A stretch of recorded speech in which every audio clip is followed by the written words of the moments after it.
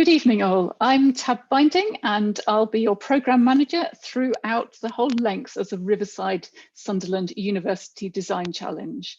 I'd like to welcome you all to this evening and hopefully we will have a really interactive month where we learn about the climate challenge, sustainable construction, materials and carbon emissions and net zero in practice.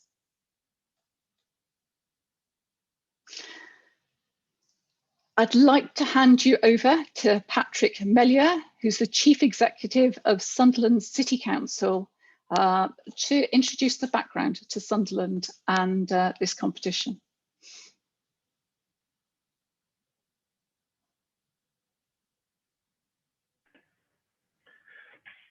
Good evening, everyone.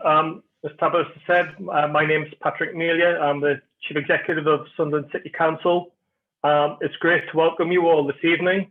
I've got a presentation which I'll run through. The first 3 or 4 slides I'll move through fairly swiftly, and then the later slides I'll take a little bit more time on. I have the honour of going first and introducing this evening, and I know I've got some great speakers coming after me. And it really is great just to be launching this event. I think it's an exciting challenge. It's a really exciting time in Sunderland. And I'll just give you a little bit background on terms of Riverside Sunderland and what it is that we're trying to achieve. Neil, next one.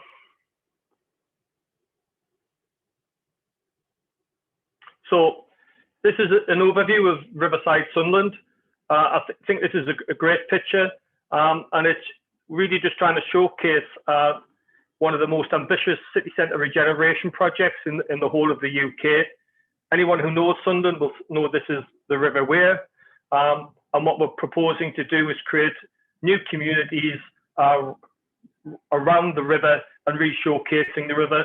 And what we're going to create is a carbon neutral urban quarter right in the heart of Sunderland. And we think this is just a fantastic regeneration project that we've got going. It's already started, and we will create a unique place for people to live, for people to work, and for people to play. And it's really exciting to be part of the project, and it's really exciting that you're all on this call this evening just to hear around some of our ambitious plans for the city. So next one. So key aspects of what we're trying to achieve with Sunderland: 1,000 energy efficient homes. Sorry, I just got it. Which will be to rent or to buy. A new business district with 1 million square feet of modern office space. And you can see that how we're showcasing this here in terms of on the map, those bits bounded in yellow and in orange and purple are kind of the heart of the business district. But then you start getting into sheepfolds on the north side of the river in red, Ayers Quay in yellow, Farringdon Road in blue, and the Riverside Park, etc. are starting of our housing communities. And you can see that it binds and brings 2 sides of the river together. And what's going to be really important for us is a new street bridge that will connect both sides of the river. We were successful just over Christmas time, Boxing Day, on our Future High Streets Fund bid, and that's £25 million of government support to our project in Sunderland. And we'll use that funding towards the Culture House, which is a new city library and creative hub. And it's really it will be an exciting space where the city, its residents, can come and interact, do events, and be a meeting space, and a great hub and something exciting for the city as part of this overall big venture of, as I said, 1,000 energy efficient homes and 1 million square feet of modern office space. It's just, and recently we just announced a £70 million project with City Fibre, who are going to provide fibre to every single premise in the city, which is a huge thing for us over the next 4 or 5 years, a gigabit of connectivity to every house. And more specifically in terms of Riverside Sunderland, we are putting in new fibre and a 5G infrastructure, and we want to bid into government back in August of last year to give us £5 million towards our smart city infrastructure just for Riverside Sunderland. So as well as being carbon neutral, energy efficient, it'll be also the best connected homes and business district in the UK as well. Next slide.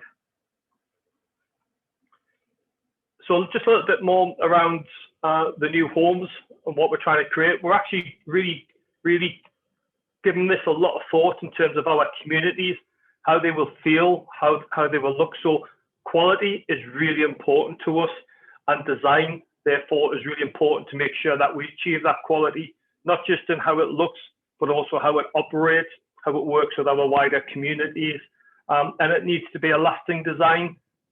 We want these new homes to feel like a home, and to recognize how people are going to live their lives in the future. So we're talking about how are we going to live our lives in 2030? How are we going to live our lives in 2040? We really need to be thinking that through in terms of our design. All of the homes on site will be built using modern methods of construction. And we think that's really important for the longer term, setting a benchmark for housing of the future. And we really do want to address climate change with sustainable low carbon materials and components. That's a really important part of our design principles that we put in place.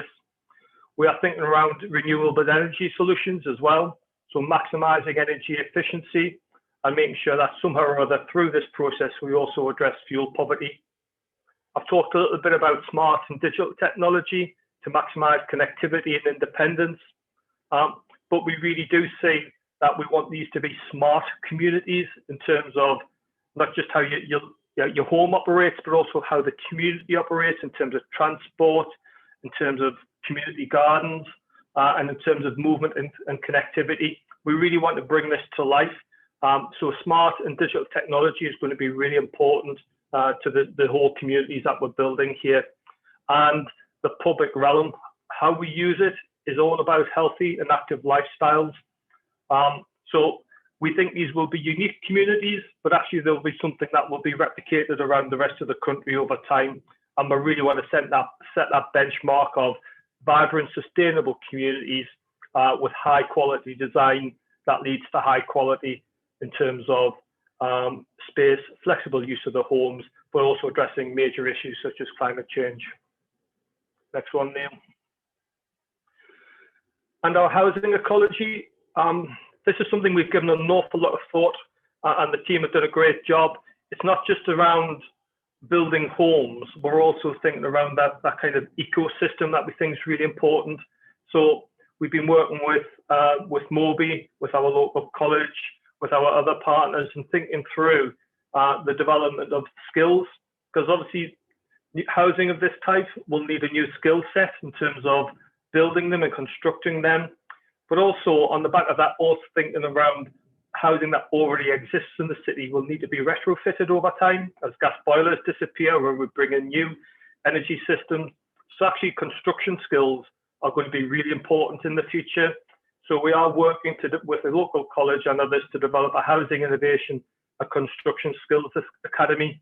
So really about education and training housing professionals of the future, and helping us stay at the forefront of housing design and housing innovation as we move forward as well.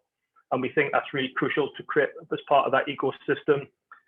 Also in terms of the ecosystem, we want to be able to build new homes. Obviously building in the future will be built off-site. And so we're really keen that we build local for local people.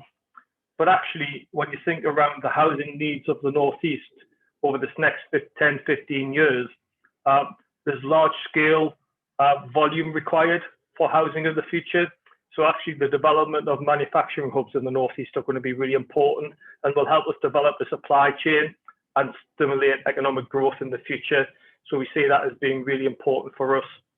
And the last bit on this slide just talks around the Sunderland Future Living Expo. So in 2023, we are having a housing fair kind of based on the Finnish housing fairs. And it's a 3-year program where we will showcase future homes, future living, future communities in Sunderland. The first year of the program is all around advanced manufacturing and modern methods of construction. The second year of the program is all around carbon neutrality, the green agenda, energy systems. And the third year of the program is around smart living. And that 3-year program will culminate in Sunderland Future Living Expo 2023. a month-long celebration and showcase event of talent in the UK in terms of housing and new communities. And we think that's really important in terms of how we move forward. So we are engaging industry in this, in the development of that programme, and importantly, engaging academia and yourselves tonight in terms of how we create those communities of the future and how we drive real innovation as we move forward. Neil. So I think this is just a fantastic opportunity. Sunderland, as I've said, I think this is the best and most ambitious city centre regeneration project in the UK. 1 million square feet of office space, 1,000 new homes, 4 new communities. And it needs to be a celebration of housing design and housing quality, and a real celebration of the talent that exists within the UK. So this is a real opportunity to be part of that journey, not just heading towards the Future Living Expo in 2023, but actually creating homes that will last generations and really set the scene for future living and the aspirations for all and inclusivity for all in terms of how we take this forward. So this is a real opportunity, I think, to inspire us, to inspire the city, but to when I talk about the ecology of the housing system, to inspire the whole ecology as well of that housing system. So please come along, please get involved, please inspire us, and thank you very much for listening. Thank you, Patrick. A big opportunity. Can I hand over now to Mark Farmer, Founding Director and Chief Executive Officer of CAST. And Mark, I first remember you from Modernise or Die, not many years ago now. Can I hand, the floor's yours. Thank you, Tabitha, and good evening, everyone. Yes, so I'm probably best known for the report I wrote back in 2016, over 4 years ago now, which is a fairly damning indictment on where the construction industry was, and in many respects still is, in relation to the challenges it faces going forward. And I think, what I'm just going to do over the next few minutes is perhaps put some context around why this design challenge is so important in relation to the timing of it and actually some of the big challenges and the big picture issues that it's trying to address. But I'll start by sharing a bit of empathy with you all. So this time 30 years ago, February 1991, I was actually a quantity surveying undergraduate. I was in my final year at university, and I was embarking on our final year project, which was a much less sophisticated version of what this is all about in terms of this design challenge. So it was all about collaborative working. It was about surveyors, engineers, and architects all working together to come up with a real world solution, but without the ability to draw on a fantastic initiative such as this. And I think before I just set some broader industry context, I'd like to thank Patrick and his team at Sunderland for the leadership that they've shown. As Patrick has quite rightly set out, this is part of a broader range of initiatives that the council is running, which is all about using its land assets, thinking about the future, wanting to take a leadership position in changing the industry, but also in regenerating Sunderland. And it's fantastic to see that. And also thanks to everyone who's supporting this initiative as well, which many of which you'll hear from after me. So I'm just going to briefly just go through some context here. So hopefully you can see this. So I think I'll start with probably a fairly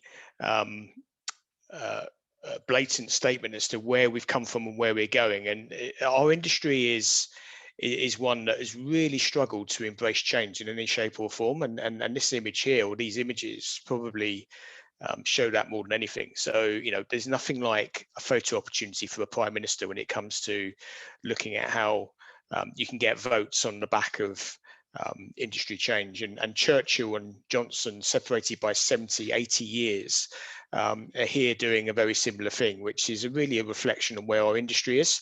We haven't effectively changed what we do, probably in over 100 years. And it's that which is really the challenge we have in terms of overcoming that inertia against change. But I think it's fair to say that time for change is now with us. I mean, the external pressures that we now see that are bearing down on our industry are in many ways unprecedented.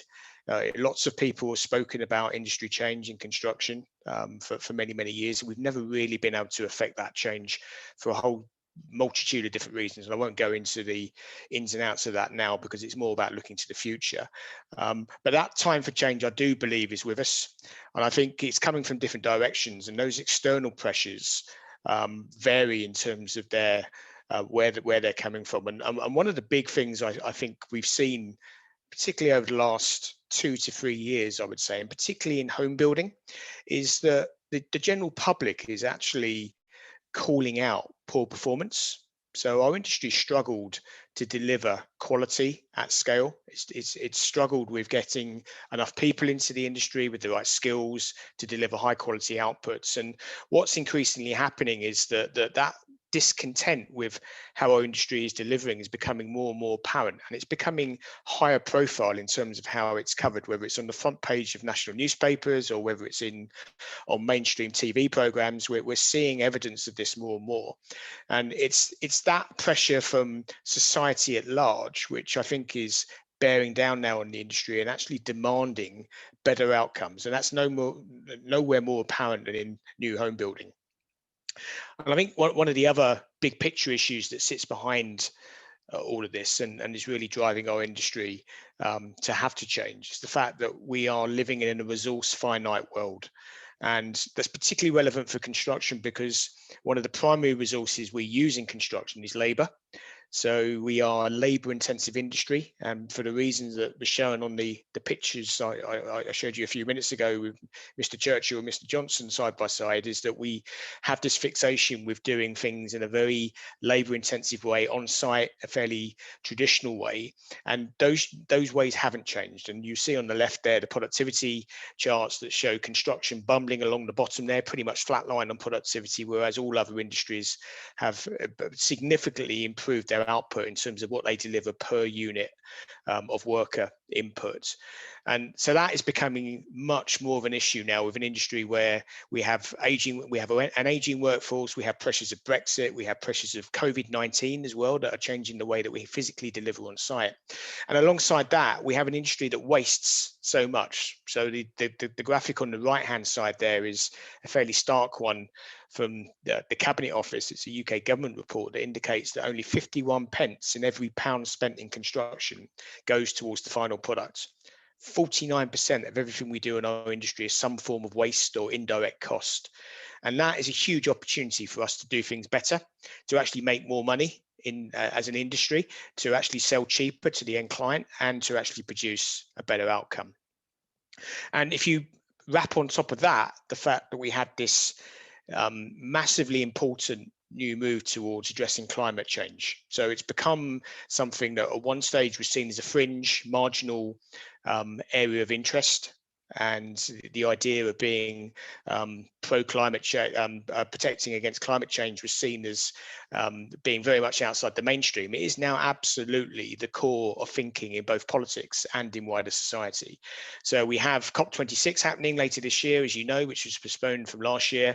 And we have a British government and actually international governments increasingly wanting to legislate and set out a path towards decarbonisation. And that's really, really important for our industry. And in many respects, there's a challenge as to whether our industry is reacting close enough, fast enough, and actually whether government is setting the pace of change fast enough as well. And there's been legislative change in the last few weeks.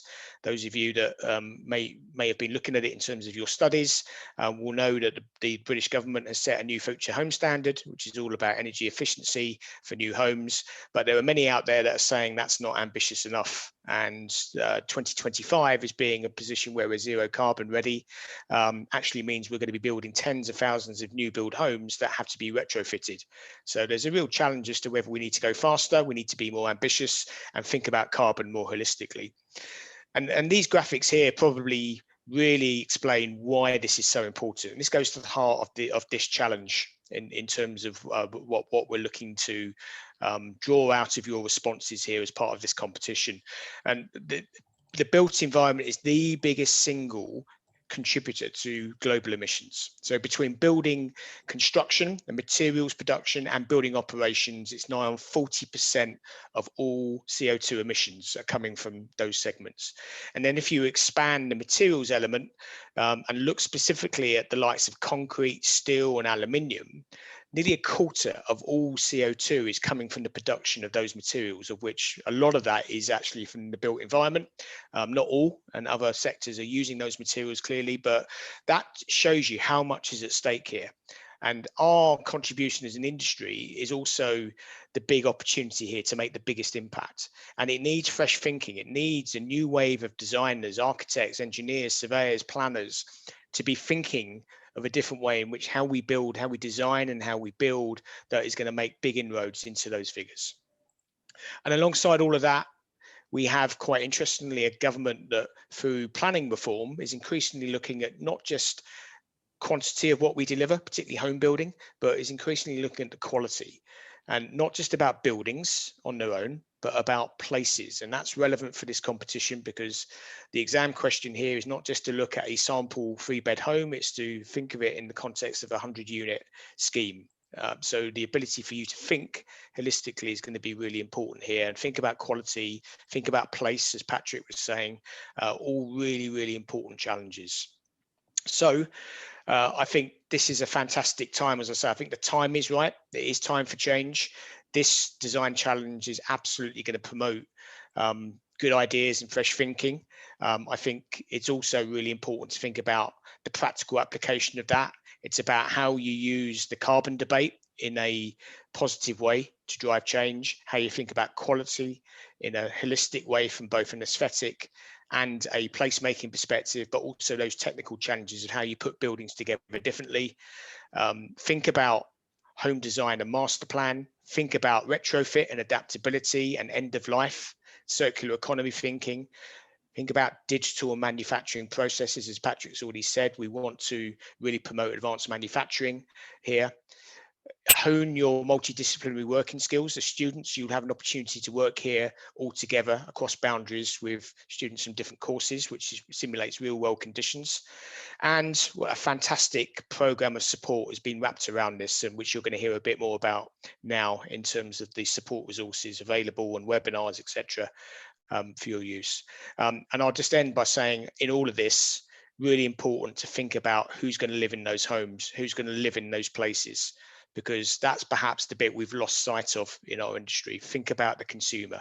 If you do that, then I've got no doubt that you'll produce a high quality output. Good luck.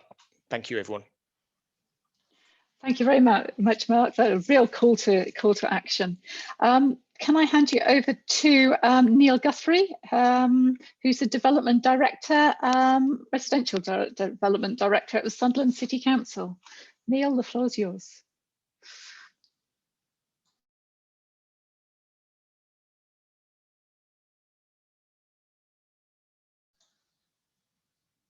We can't hear you, you're on mute, but the screen's sharing lovely.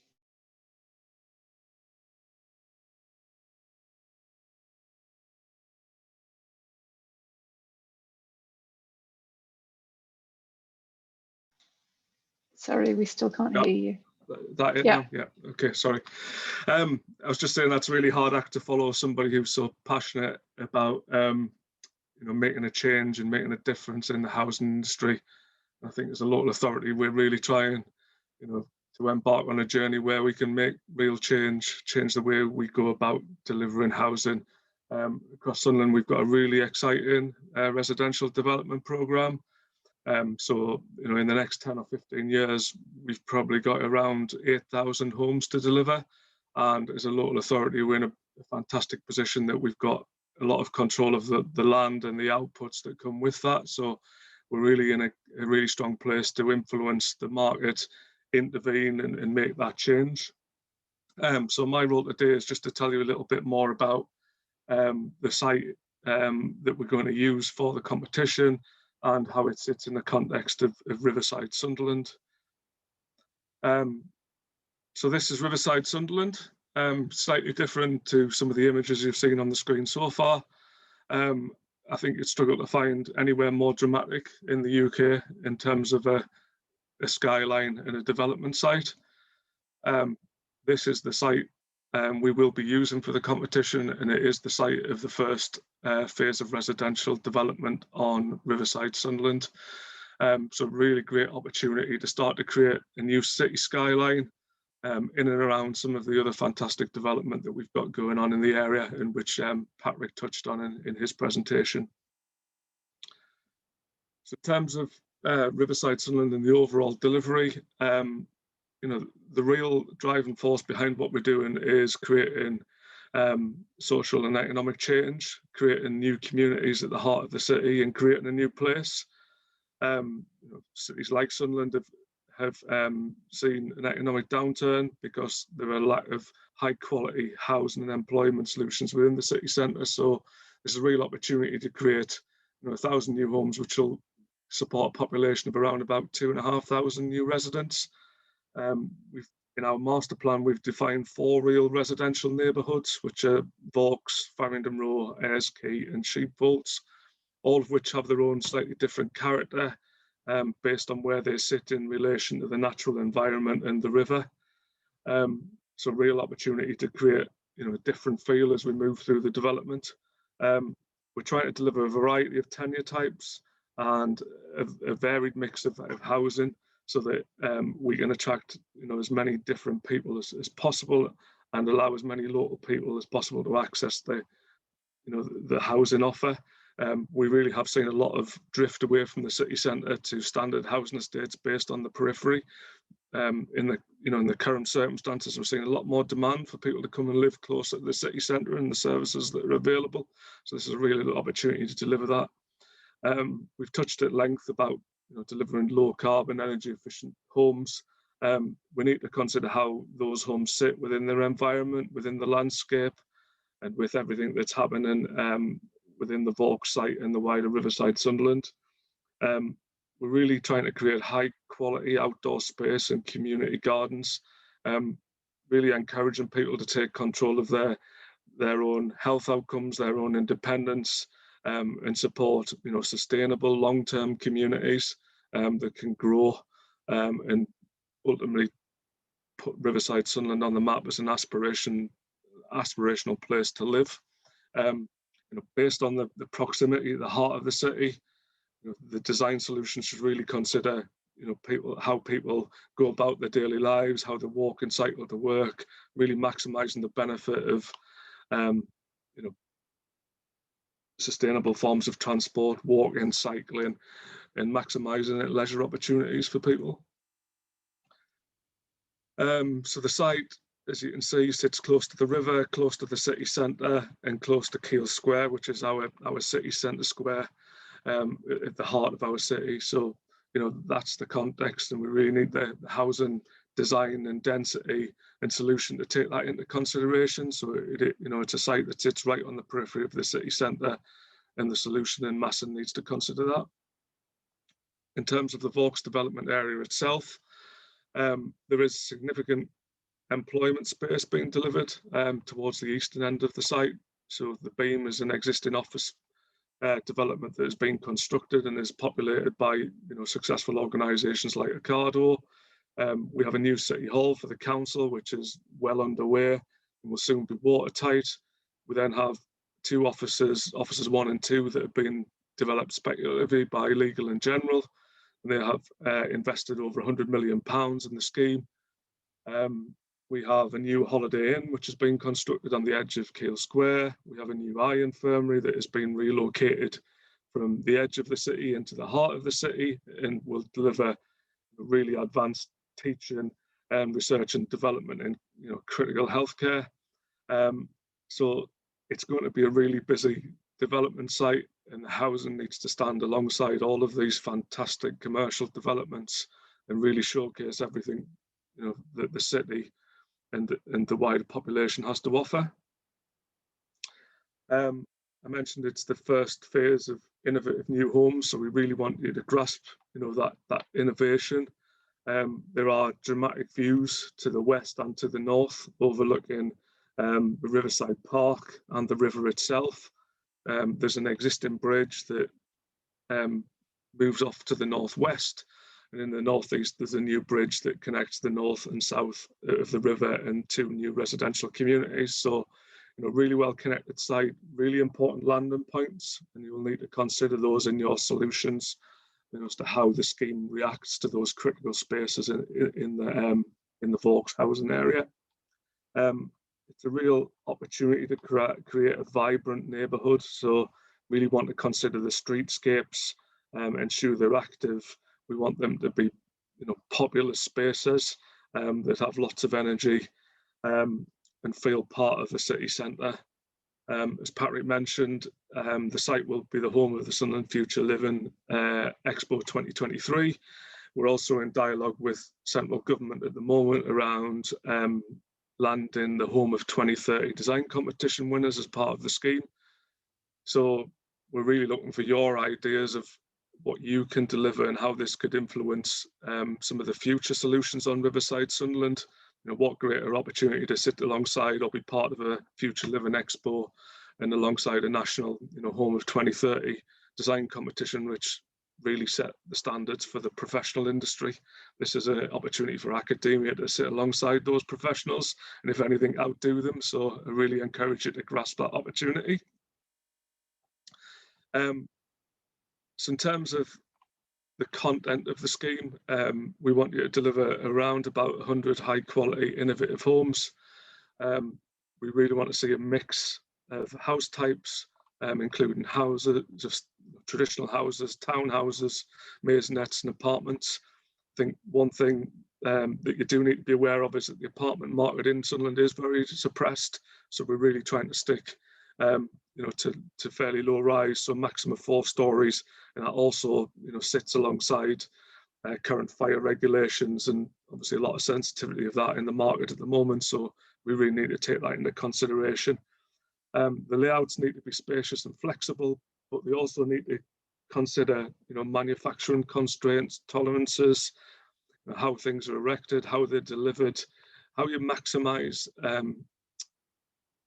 standardization between footprints and components, so that there is an opportunity to deliver in the volume that Patrick mentioned in his presentation. One of the real challenges for the industry at the moment is that everybody comes up with their own design with 30 or 40 house types, and it's really difficult to underpin an off-site market without more standardization. The focus on this scheme is on timber and timbered hybrid solutions. Obviously, we're backed by TRADA, the Timber Trade Federation, and we've got some excellent, sponsors who are here to support the competition, and we've got some, speakers and some really important industry voices who will help to guide you through the process. So, we really want to use timber to its best as part of the housing innovation. We talk a lot about low carbon, energy efficiency, smart and digital technology. We've got our ideas about what that means, but what do you think that means?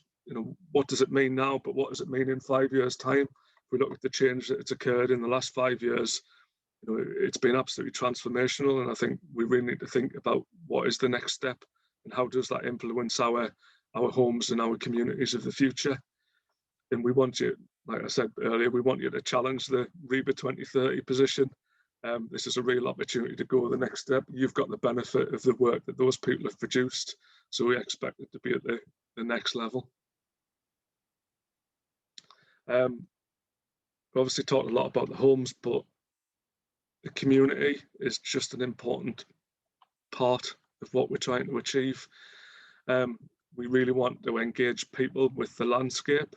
So the image on the screen starts to show how the Riverside Park has a relationship with the residential development, where the community garden could sit. And we really want you to consider how the residential environment and the natural environment come together.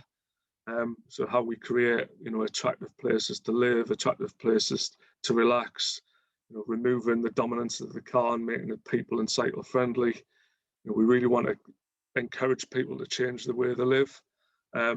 I think on the back of COVID, people are thinking very differently about their lifestyles, what they want their houses to do, but also what they want their communities to do. And we really want to encourage you to think laterally. around the design of your community and how we might integrate and utilise public space to the optimum. So in terms of the definitive brief, we want you to develop an indicative master plan, landscape and streetscape for a 100-unit innovative new development on the dramatic peninsula overlooking the River Wear. We want you to design, engineer and detail and cost one family 3-bed home. Obviously cost plays an important role in deliverability, and we, being from a QS background as well as Mark, we've got to balance flair with reality. And I think one thing in Sunderland that stands us out from some of the other cities is we really do try to deliver on our promises. So we don't want to just produce master plans that sit in the top drawer. This is really about designing schemes, properties, environments that can be delivered. The maximum footprint for your home should be 9 metres by 6 metres. Homes must be adaptable to meet the needs of living and working now, but also in the future, and understanding how people's lifestyles may change over the coming years. We've talked at length about going above and beyond the RIBA 2030 challenge. There'll be lots of resources that are available. I know there are a number of websites, including the MOBIE website. There was a Riverside Sunderland website. There's obviously the information that will be provided both direct by Tabitha and by TRADA. So that's a bit of an overview of the site in context, the project brief, and really encourage everybody to grasp the opportunity that lies ahead and deliver some outstanding proposals that that put us under pressure to deliver those on the site in the future. Thank you, Neil. That is a challenge, isn't it? Yeah, so I hope you're all up for that. It's a brilliant opportunity. Can I introduce David Hopkins, who's the Chief Executive of the Timber Trade Federation. I know you're in here somewhere, David. Yeah, thank you very much. I'm Dave Hopkins. I'm the Chief Exec of the Timber Trade Federation, and I'm probably the only person who hasn't set up their computer in advance because I've just cycled home and jumped onto this meeting on an iPad, so forgive the wobbly screen. Thanks very much for this opportunity, I think, for the timber industry to get involved and to showcase its versatility and its potential within the low carbon building sphere.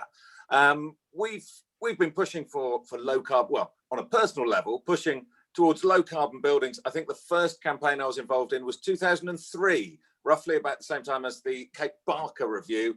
There was a campaign separate to the timber industry about low carbon design and build, and we've been variously involved in it ever since, and now with the timber industry.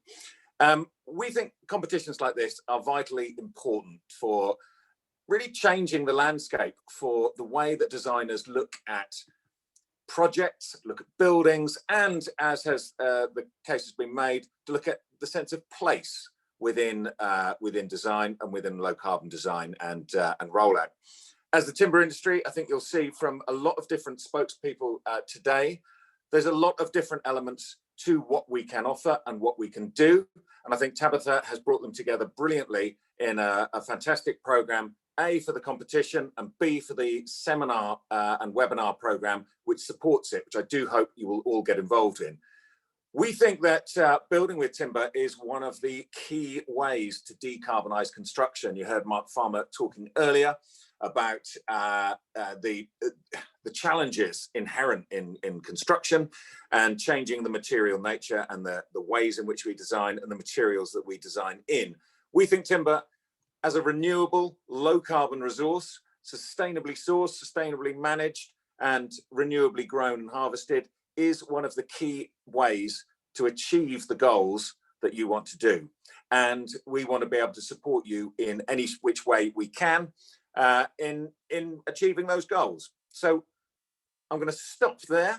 I haven't got millions and millions of slides. I know that there's a lot of other people coming in to speak, but please do use the links, and please don't be afraid to contact any one of us, either directly or via Tabitha, if you've got questions, if you want access to other resources, if you need access to other information, we can and will find that for you. So good luck. Thanks very much for participating in the competition, and we look forward to seeing how it all pans out. Thank you. Thank you, David. Now, can I hand over to Helen Hewitt, who's the Chief Executive of the British Woodworking Foundation. Good evening, everybody. Lovely to see you. I'm just going to very briefly share my screen if technology works. Well, I could share it before. Okay. It's very, very brief whistle-stop tour from the British Woodworking Federation. Just make sure it's loading. Everybody see? Yeah. Yeah, you're not yet in full screen mode, Helen. Is it showing yet? It should be showing now.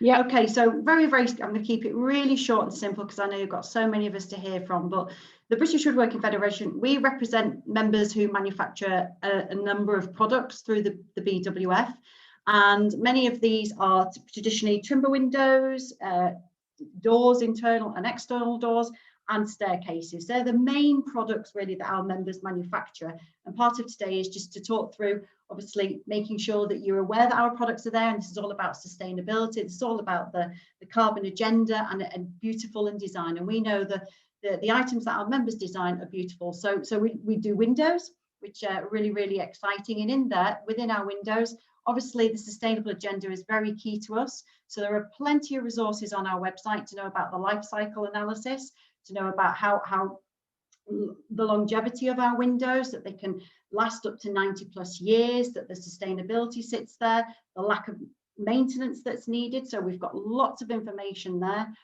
Obviously, aesthetically, and a lot of this design that we're going to be asking you to look at is to make sure it's beautiful, to make sure it's aesthetically pleasing. We're all living in a world where we like to display our design passions through Pinterest and a lot of these social media platforms. Windows can be made as beautiful as you want. They're energy efficient, which is very important to this project and obviously to how the housing performs, and security and value for money is up there. So we'd like to encourage everybody to look at the use of the products, but timber windows most definitely up there, and making sure your property is secure is really important to us. We also have stairs. Stairs form a huge part within the design of a property. We know that stairs are very functional and they're meant to keep us safe, but actually many stairs can be designed in a very different way to be beautiful. So it's a huge feature within a house, within a flat, within an apartment. So please think about how you can create beautiful spaces with timber for your stairs, a fundamental part of your home. Again, our website gives you lots of information on designs and areas out there. I need to obviously talk about fire doors and timber doors and internal doors. As you're looking at apartments and flats, we want to make sure that everybody's keeping safe in their homes, as well as beautiful items to look at. So again, we've got plenty of information on third-party certification and how to correctly install, stipulate and specify fire doors. Please make sure you use this resource. Really important to ensure that buildings are very, very safe. We as a trade association, we have a glossary of terms which you should hopefully be able to use and download and help you towards your project and how you're moving forward. And it's important to get those right. So please use our glossary of terms. And finally, we have a number of resources. We do a lot of the education and the skills sector. So we're responsible for designing and developing the standards for apprenticeships, which is the joinery and carpeting apprenticeships. But alongside that, we've just launched our Wow, I Made That programme, which is a lot of resources available to you as students on how to design, what to design, where to design it, the use of materials, how to pull together programmes, and lots of areas like that. So we want to make sure that design, sustainability, and all these resources are available for you throughout this project. And please do use our websites. And as I say, that was a very simple one from me, encouraging you to use all these resources that are available. Thank you very much. Thank you, Helen. Andrew, can I introduce Andrew Carpenter, Chief Executive of the Structural Timber Association? Hello. And you're not yet in full screen, let me Andrew. just see if I can go there. Hang on. Where's it gone? How strange is that? It should be at the top there. Hang on. Let's see if I can go to there. There. That's working, is it? Yes. Yes. Yes, it is. So we're there at last. Good evening all. I'm Andrew Carpenter, Chief Executive of the Structural Timber Association. And I wish I had a pound for everyone that told me that my name was very appropriate for the job that I hold. Anyway, just a few slides like Helen, bit of a whistle-stop tour. We're delighted, first of all, to be part of this very exciting project. And like my colleagues, David and Helen, we would like to offer our support to anyone that needs it. We're actually in the middle of a very exciting PR campaign called Time for Timber, which started last September. So if you want any specific information on that, just look for it, Google it, and you'll see it. So let's see if we can move on. Doesn't want to move on. There we go. Okay. So in terms of the Structural Timber Association, you've heard a little about Helen, about the windows and doors and stairways and so on. Dave's talked to you generically. What we can offer you within the Structural Timber Association is exactly what it says on the tin. So it's the actual structure. We set the standard for structural timber systems across the UK. We independently assess all our members on quality, and certainly post Grenfell, the Hackett review that's followed, etc. Quality is absolutely up there as the #1 priority. We promote the best practice from in the industry for timber. And interestingly, I'm going to stop on this bullet point. We deliver building technical guidance. And when you're going to get involved with this competition, you will indeed need some of this technical guidance. So as Helen's indicated, please do use our website to find this. We also provide training information, and we drive up quality, we drive up health and safety. We try and raise the bar in everything that we do across the sector. And in terms of how big are we, we've got about 800 members from across the supply chain, and that represents around about 80% of the sector. These are some of the guides that we offer. These are available, as you can see on the slide at our website there. One thing I would say is that we do encourage universities and students to join as members, and that gives you access to all this technical data, and it's free of charge for students, so no charge. So if you're getting involved in this competition and you'd like access to all this, just go on the website and you can join free of charge. In terms of what we talked about, I'm delighted that the competition is all about timber, no surprise there. And of course, you will need to decide what type of timber frame structure. So this is typical open panel, which has been used for many, many years. We're now moving towards more closed panel systems, and this is in line with Mark Farmer's definitions of off-site and pre-manufactured value, where we try and do as much as we can in the factory. We've got SIPs, or structurally insulated panel systems, and then CLT, cross-laminated timber. I'm not going to go through this in great detail because we have our own evening on the 18th of February where we're going to go into far more detail about structural timber systems.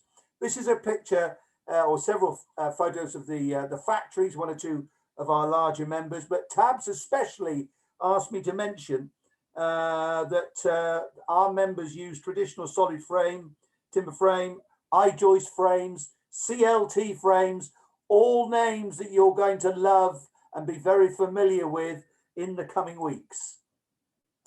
The other thing we need to say is, of course, using timber frame in any form of structural timber system, you can use pretty much any cladding alongside with it. So here's some pictures: brick, stone, render cladding, tile, timber. So don't let the use of structural timber stop you from whatever external cladding you choose. Of course, that's if you like 1- and 2-story homes. As we go into the more high-rise, I realise you can only go to 4 stories, but certainly the use of CLT is used extensively now in city centres, and external timber, as you can see from that.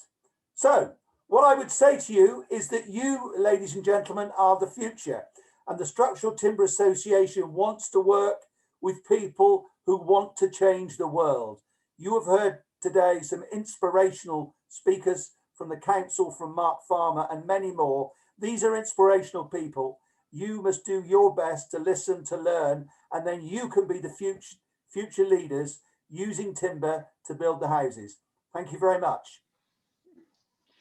Thank you, Andrew. That was rousing. So all our participants, please don't do what I've done and get your programs upside down, because otherwise you don't want to bring your roof before your foundations. So I'm going to hand over to Mark Southgate, who's the Chief Executive of MOBIE. Sorry, Mark. Okay, thank you, Tabitha. I'll just go. Okay, everybody see that? So yes, my name is Mark Southgate. Yes. I'm Chief Executive of MOBIE, and we're one of sort of 3 partners who are taking part in this challenge or running this challenge along with Sunderland City Council, you've heard from, and the various timber organisations you've also heard from. So we're absolutely delighted to be launching this, I think, really exciting challenge. Mark referred to when he was at university, which is somewhat closer to when I was at university, but I'd have been delighted to have done a project like this. I will disclose now, as part of this interdisciplinary, I am a planner, so another part of the sort of the groups and people who go together to make up how buildings work, how places work. So I'm going to sort of pull a few strands from various people. We've seen what a great site it is, and it is a great site. So it's a fantastic opportunity and a great site, and also a great city. And really, your challenge is to come up with some great homes in that site, and also a great place. So I call myself a planner, but I'm largely an environmental planner. So I'm as interested as a natural environment as I am the built environment. So you've got a great river there, fantastic river frontage. You've got the park. You know, there's all those things you can work with. So it's about working with nature as well as working with buildings. And it's about thinking about the people and about the planet. So picking up what Andrew said around the planet, and it's really your future. So MOBIE, who are we? Well, we call ourselves a ministry, but we are actually a charity set up by George Clark, who's architect and TV presenter who you've probably seen. And he has 2 real passions in life. One of them is homes and how important homes are to all of us, and how we can make them a lot better than we currently do now. And you'll see that in a slide in a second. And then the other one's about young people, because you are the future, and actually you are the people who are going to change this industry and change some of the practice. We'll see in a second. So that's why this is so important, and why we spend all our time trying to bring young people into the built environment, which I'm sure all of the speakers would say is an amazing place to work. So we're really pleased you're doing built environment degrees, and we really hope you have a fantastic career, but we want to really inspire you to change things and shake up what can be, as I think Mark Farmer said, a very conservative industry which hasn't changed a lot. Andrew showed 6 marvellous pictures of different house designs using timber. I'm going to show 6 of my own in this slide.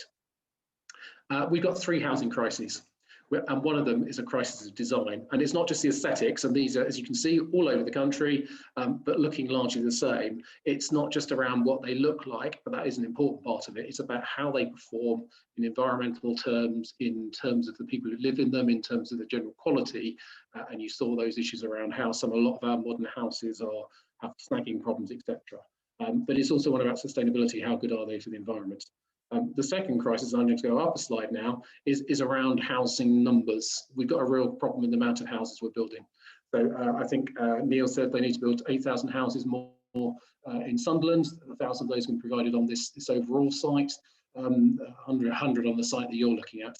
The government says we need to build 300,000 houses per annum by the middle of this decade. And as you can see, we haven't done that since the 1970s, and we've been substantially short in the previous sort of 20 years. So there's a real challenge about building new homes. We've got to build more homes, we've got to build better homes. And then the final one is, as I think a number of the people have said so far, it's around sustainability.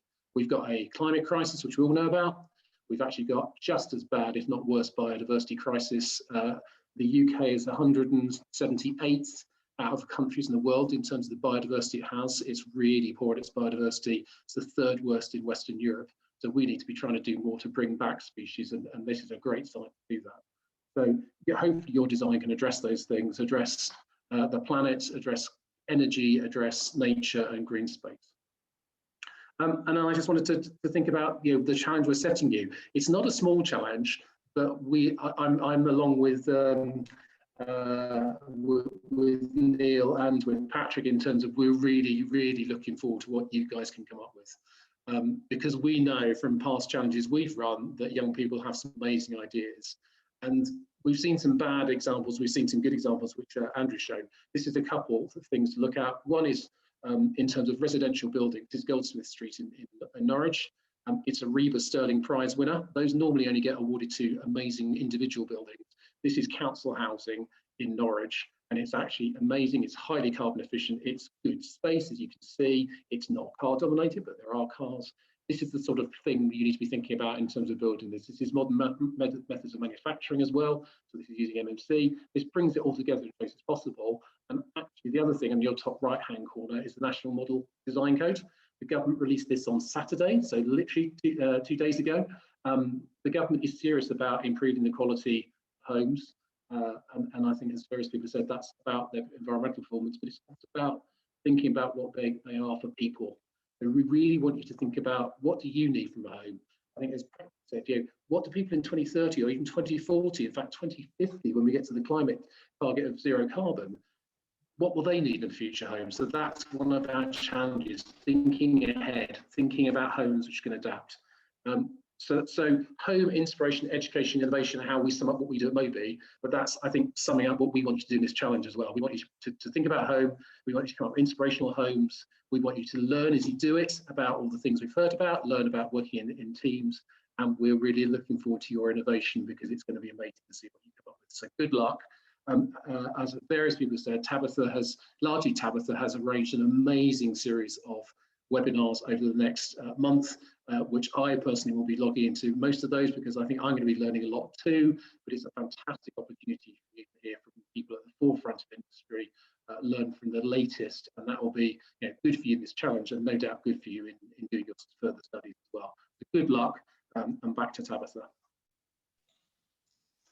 Thank you, Mark. And you've neatly led on to some of our speakers next week. If you could stop screen sharing, that would be appreciated. And I will introduce you now to John Nielsen, who's a chair of the Construction Industry Council and North East and a director of CK21 Limited. John, the floor is yours. Thank you. Thanks all of you for staying with it. An hour in and you're still there, but so I'm not going to put any anything up on the screen, because I think you've seen enough.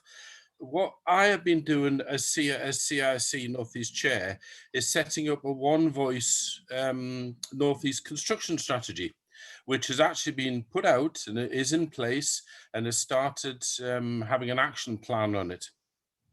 What became apparent out of all of that was that it was the one voice aspect. The one voice aspect for an industry that's so disparate is vital. And it's been talked about for many a year. And at the moment, we're close to getting it. I think within your competition here, I think what is really interesting is that the reason I was particularly had a great chat with Tab was that it's about cooperation and coordination. If you're an architect, do you understand what a structural engineer's drawing is going to look like? Do you understand what your mechanical electrical work is going to go in there? How's it going to fit with the externals?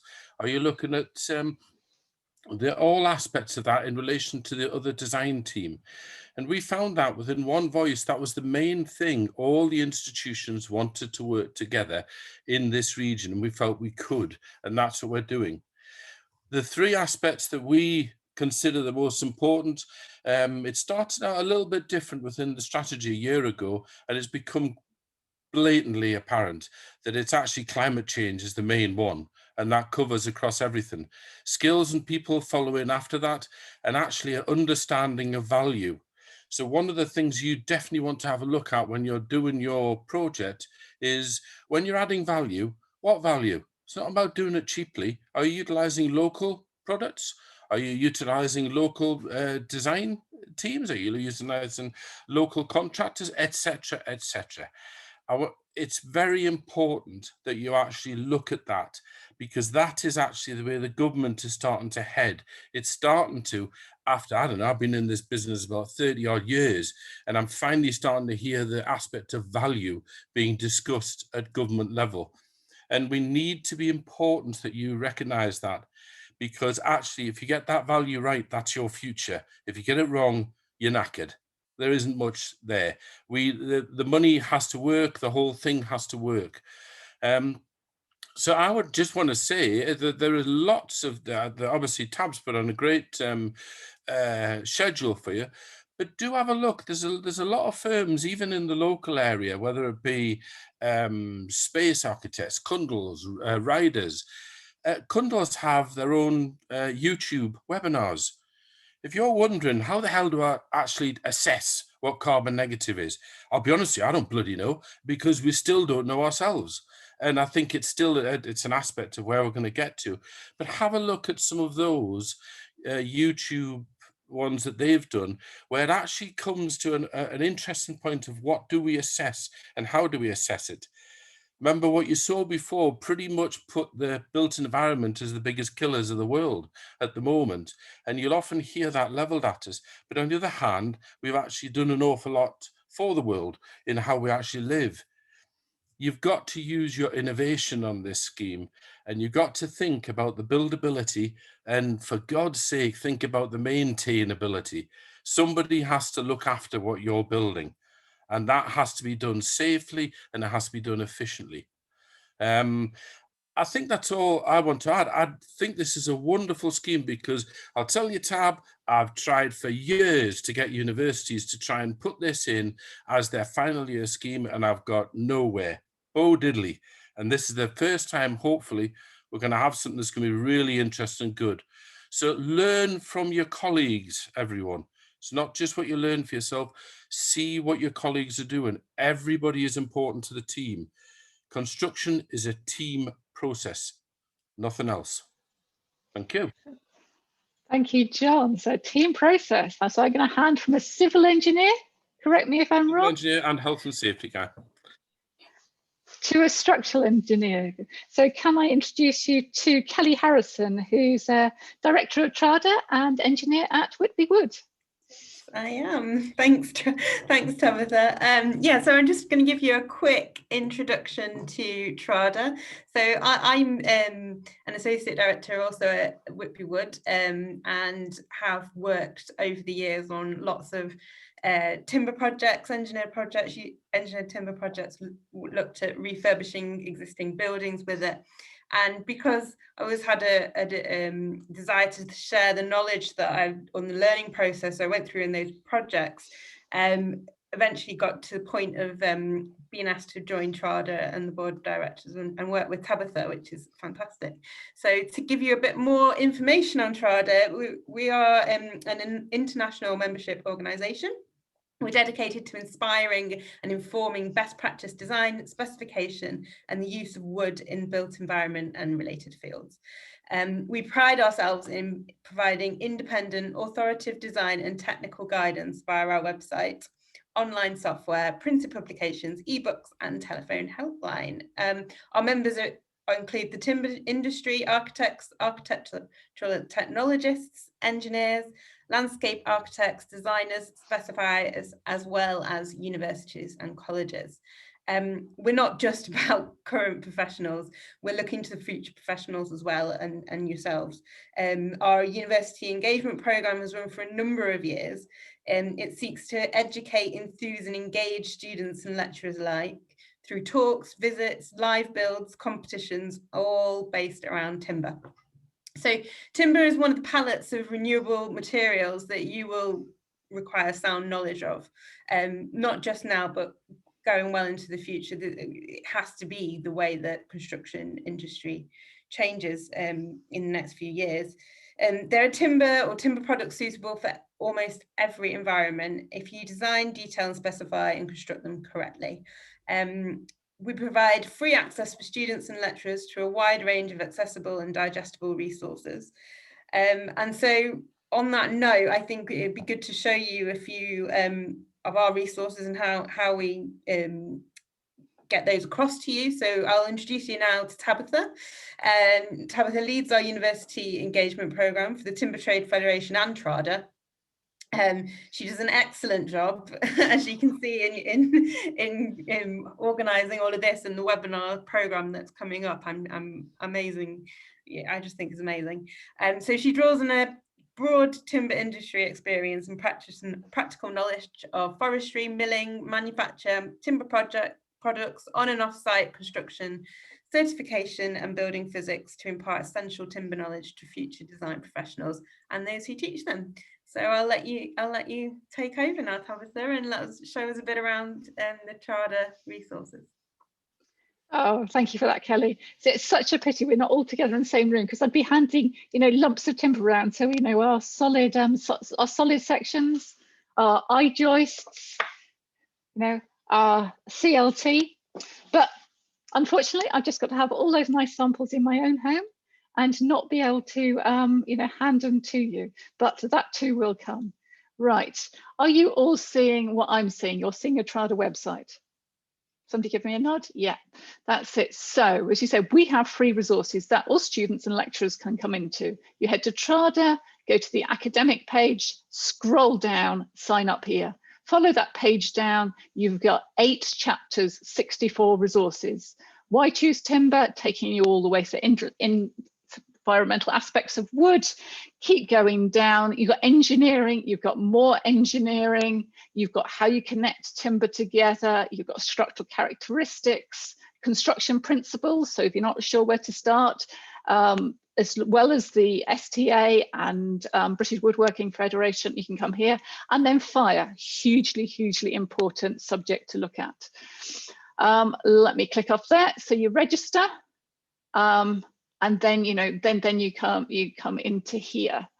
We have a wood species database. So you want to, you know, look up about timber, you come into here. And I'm doing you a whistle-stop tour of this.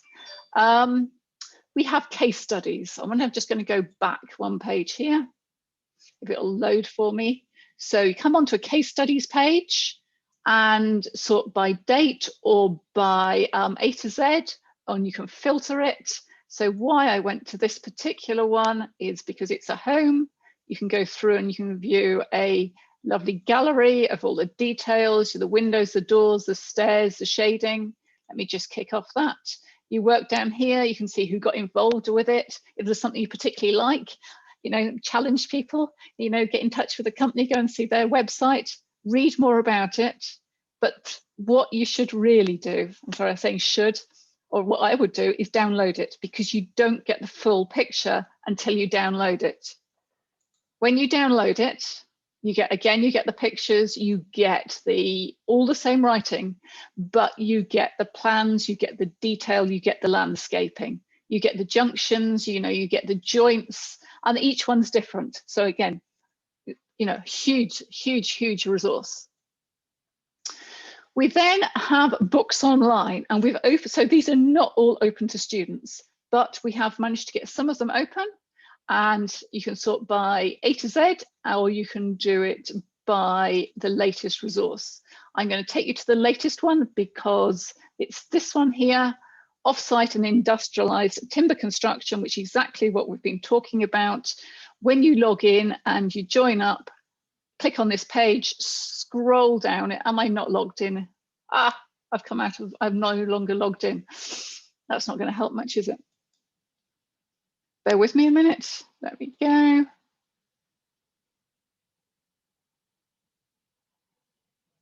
And I am going to wait for this to log in just so you'll see what I'm talking about. So you scroll down it. Here's your page. Here's all the chapters. I'm going to take you to chapter 4 and scroll down here. I'm in the wrong one. Ignore me. It's like got me roofs and me foundations mixed up, and I've got me books mixed up.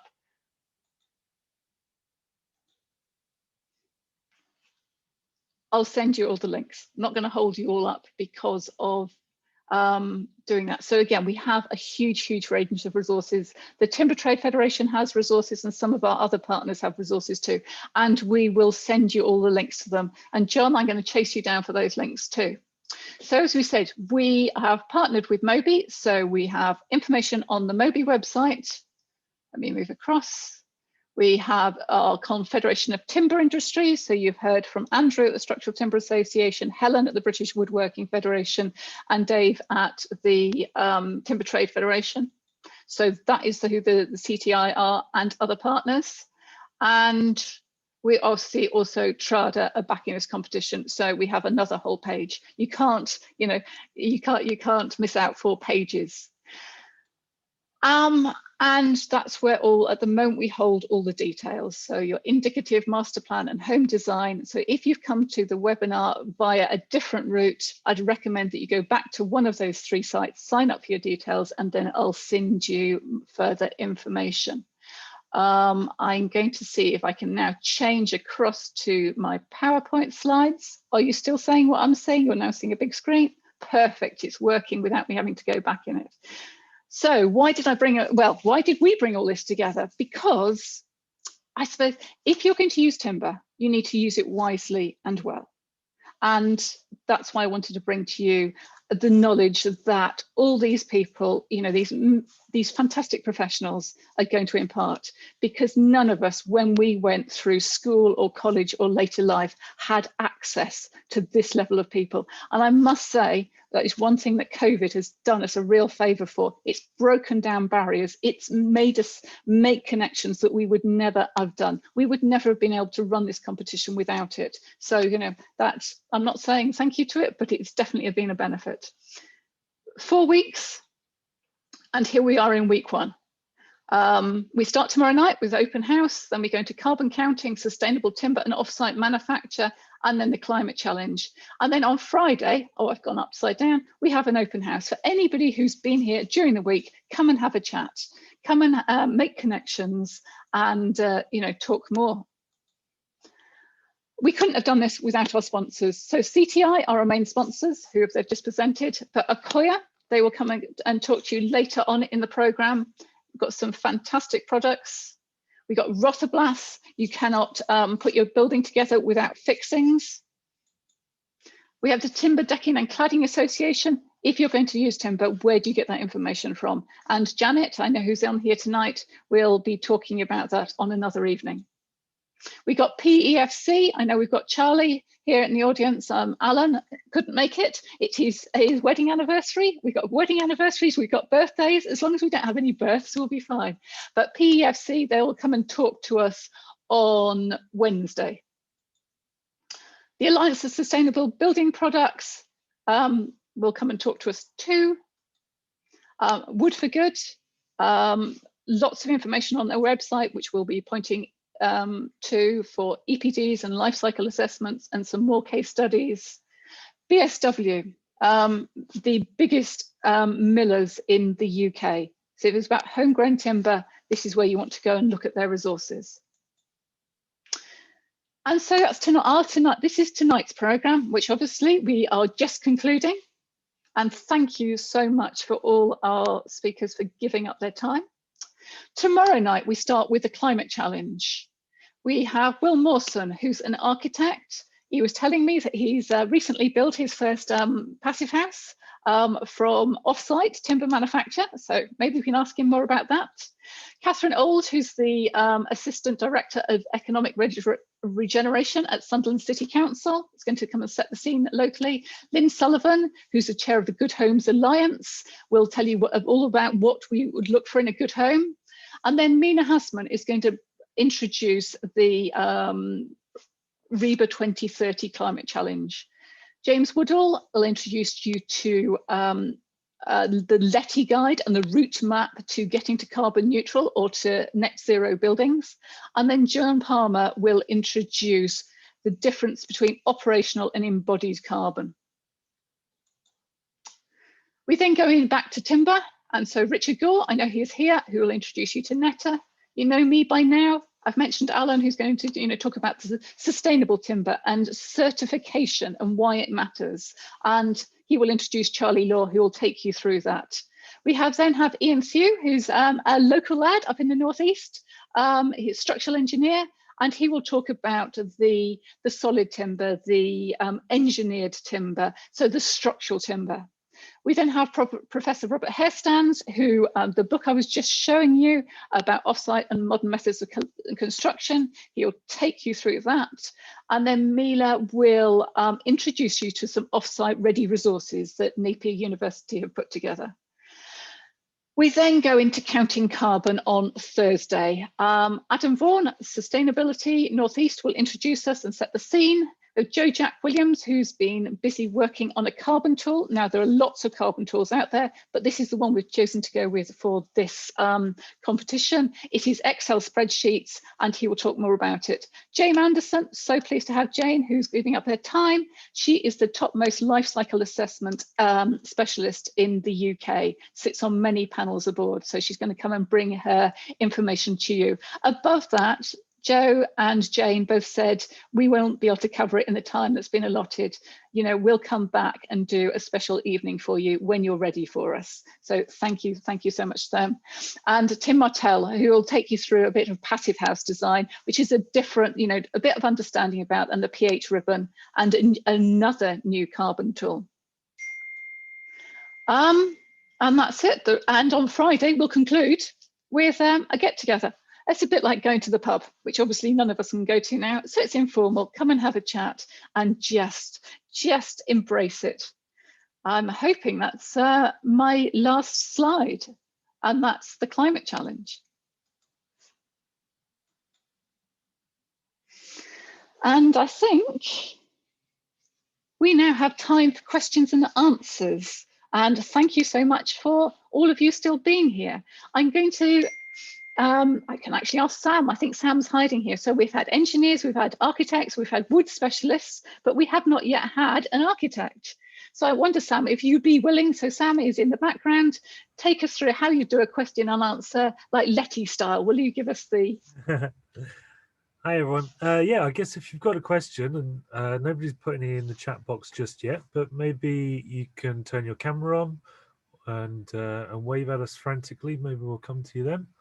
Or paste a question in the chat box and we'll try and answer it from there. Javier, did you have a question?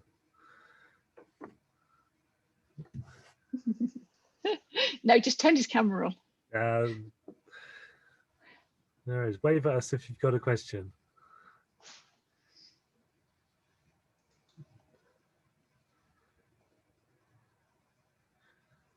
Well, John Nielsen said, asked a question in the chat saying, will an overall layout within infrastructure be designed, or is it just one building? I don't know, Neil, if you want to answer that, or? Just unmuting myself so I don't fall into that trap again. So the purpose of the competition is to deliver a 100-unit scheme. So we'd like to see what the infrastructure looks like around that scheme. That's one of the purposes of being a multidisciplinary competition.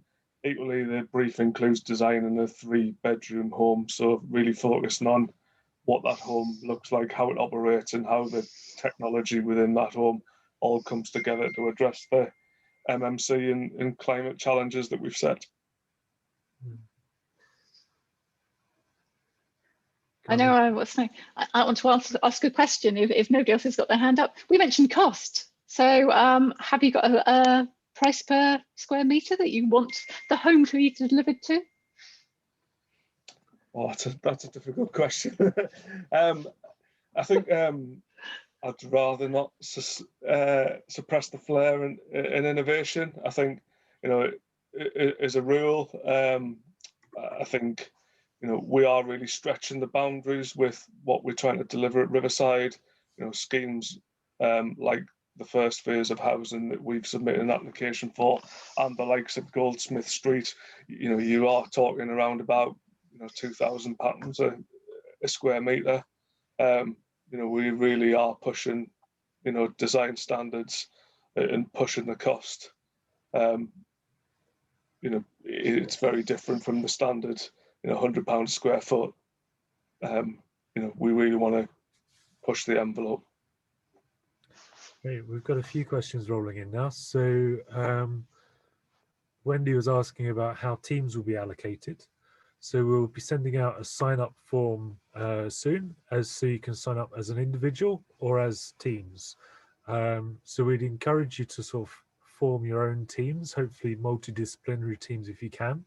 But we understand that maybe you don't know somebody from every discipline you might want in your team. So I think we can help in forming teams. So Tab's put her email address all over the entry criteria so that you can get in touch and ask for specific disciplines or sort of suggest yourself as a random person to add to someone else's team. But yeah, we're not enforcing that you have to be from different disciplines. We just suggest that that's a good way to cover all different bases. Tab, what was the other question? Did you raise your hand just then? Oh, John, there you go. Asked to unmute. There you go. Yep. So it was just a quick one. And to be honest, I've moved down to the kitchen because I've got to get my dinner ready for my wife who's coming back from the surgery. So, but it was just to talk about the actual cost before that Neil was mentioning. Why don't you, as groups, have a look at what the cost would be, but what's the value? If you actually start doing a bit more that is a lot more local, you know, the council may decide, and I know this is slightly more expensive, but hey, you're actually giving me an awful lot that is actually going back into the community. So have a think a bit more. Remember, this is all about innovation. The innovation covers cost as well. So a couple more questions about sort of the format of submitting. So we'll be providing you with a title block for 2 A2 pages, and that would be the sort of main submission. But then you can submit an A3 landscape document to go along with that. All of that submission criteria will be in the main brief that we'll publish to you, so it should be nice and clear there. You'll have a Dropbox to upload it all to. And if you want to do it as a BIM model, so Roy's asking about BIM modeling, if you can and you want to do it like that, great, go for it. But we won't be enforcing that. We won't be asking for the models. We just want the presentation boards. So however you want to draw it, even if you're drawing it by hand on the back of a napkin, that still works. There was a question earlier about sustainable drainage. Tab, do you want to take that while I look at the other questions? I'm going to hand that one back to Neil about sustainable drainage. My specialised subject. I think every residential scheme that is delivered across the UK at the moment needs to consider sustainable drainage. You know, it's really important on the council's agenda. You know, managing flood risk. You know, despite being on a promontory site overlooking the river, it still has an important role to play. So how you incorporate suds within the development, you know, it is critical, and that should be considered as part of the design of the streetscape and the overall, you know, master plan for the 100 homes.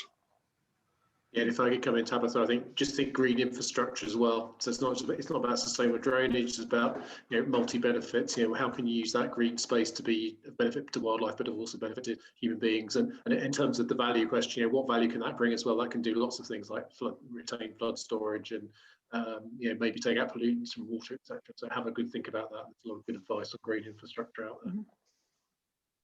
I'm just going to jump in and thank you for that. I'm just going to answer a couple of questions. It will be recorded. It'll go up in a week's time. So I would encourage you to come to webinars if you possibly can, but you won't lose out by not coming. It's not too late. Sally asked for students to register. Come along and register until the end of February. Yeah.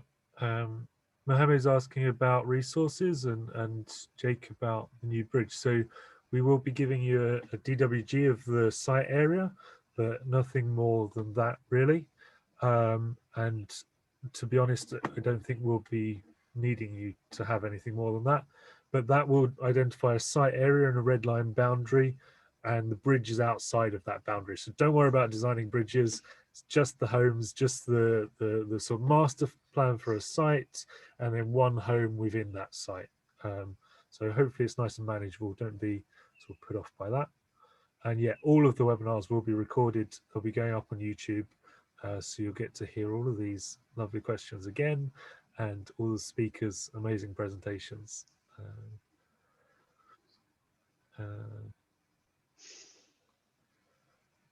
I think there's quite detailed question from Rob Casling.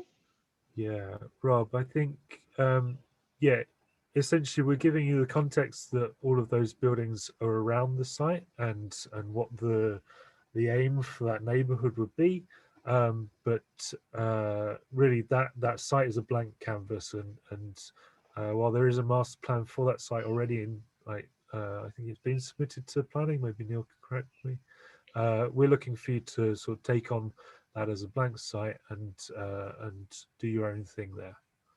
I think that the beam is an existing building. There will be information on that on the planning portal, so it would be wise to take that into consideration. Office 4 and the I Infirmary are future developments, so you're ahead of those. So, you know, just like Sam said, consider the context, but don't let that overly influence your solution. So back to sustainable drainage, yeah, I think it's whatever's reasonable for the work, sort of the time that you can put in. So Mohammed, the water treatment and waste treatment, if that's part of how you will be planning the neighbourhood, if that's sort of integral to the sort of design, if you're doing anything novel, then yes, please show us. But otherwise, I think we're looking for sort of the general idea of the neighbourhood, not necessarily getting into every nut and bolt of how it works. Don't worry about that. Tab? Yeah, the next one. So I'm going to say that this is going to be the last question. We want to try and finish at 7:30.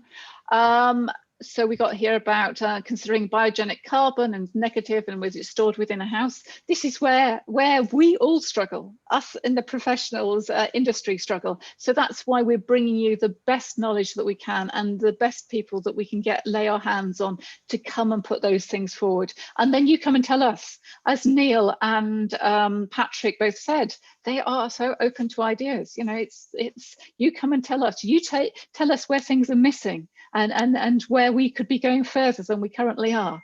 I mean, that's what it's all about. But just find people and ask people. I'm going to stop recording, and before I do that, just let me share one screen. And so I'd say thank you for attending tonight. Tomorrow night, we look more in depth at the climate challenge. And so hopefully we'll see some more faces then.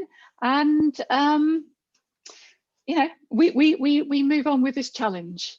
Let me stop share. And I'm going to